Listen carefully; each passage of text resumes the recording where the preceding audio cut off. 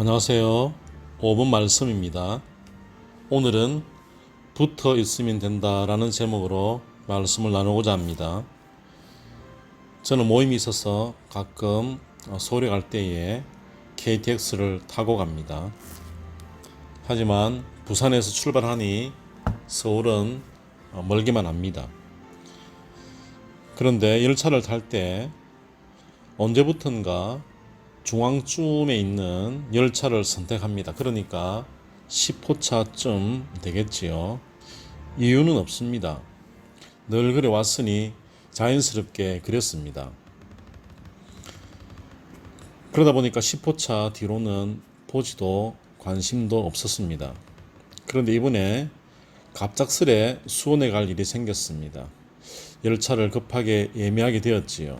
한데 앞불사 원하는 자리가 없었습니다. 17호, 18호 차쯤에 한두 자리가 있을 뿐입니다. 제일 마지막이지요. 상상도 하지 못한 일이 일어난 것입니다. 그래서 예식이 있는지라 가지 않을 수도 없고요. 해서 18호차 자리 하나를 겨우 예매했습니다. 그것도 10초로차는 맨 뒷좌석이라서 18호차 중간 좌석을 선택할 수밖에 없었습니다. 왠지 모르게 예매한 날로부터 출발과 도착 전까지 불안했습니다. 아무리 생각해도 이유는 없습니다. 정말 이유는 없었습니다. 그런데 도착 직전에 화장실에 가면서 밖을 보며 그 이유를 알게 되었습니다. 참 사람이라는 게요, 얼마나 우둔한지 그 이유를 알고 많은 걸 느꼈습니다. 고정관념, 익숙함이 얼마나 편견과 삐뚤어진 사고를 하게 하는지 알 수 없다는 것입니다.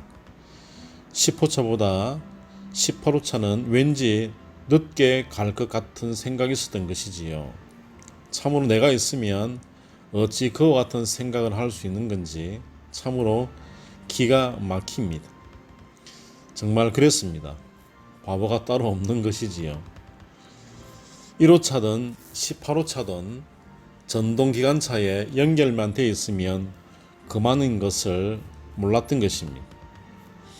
이 일을 계기로 이 땅을 살아가는 믿음의 사람들도 믿음의 삶이란 이와 같은 것이라 생각이 되었습니다. 즉, 이 땅에서의 믿음 생활이란, 신앙 생활이란 바로 주님께 붙어있는 훈련의 연속이라는 것입니다. 주님께 떨어지지 않고 붙어 있으려 하는 그런 몸부림이 바로 신앙, 믿음 생활인 것입니다. 주님께 붙어 있기만 하면 되는 것입니다. 그러면 주님 말씀처럼 많은 열매를 맺을 수 있는 것입니다. 문제는 맨 뒤가 아니라, 제일 늦게가 아니라 붙어 있느냐 떨어져 있느냐라는 것입니다. 사랑하는 여러분, 떨어져 있는 것과 간당간당 붙어 있는 것 중에 무엇이 더 유익할 것 같습니까? 그렇습니다. 간당간당 붙어 있으면 된다는 것입니다. 그러니 주님의 생명줄에서 떨어지지 않아야 한다는 것입니다. 그것에 삶의 포인트를 맞추면 되는 것입니다. 어렵지 않습니다. 간당간당 해도 말입니다. 복잡할 것 없습니다. 주님의 12제자를 보십시오. 모두가 간당간당했던 그런 자들입니다. 하지만 끝까지 붙어 있으니 사도행전의 중심의 사람이 되었던 것입니다. 하지만 가룟 유다는 그렇지 못했던 것입니다. 결국 떨어지니 무너지고 말더라는 것입니다. 사실 베드로 사도가 기분 나빠할지 모르겠으나 가룟 유다나 베드로나 고만고만했던 자들이 아니었습니까? 사랑하는 하늘 백성들이여, 삶이 갈수록 힘듭니다.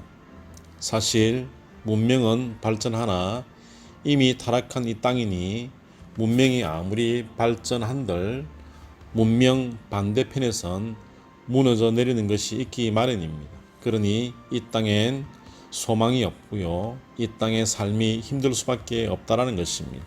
그러나 그렇더라도 하나님께 떨어지면 안 된다는 것입니다. 어쨌든 붙어 있어야 한다는 것입니다. 간당간당해도 말입니다. 그래야 소망 있는 삶이 되는 것입니다.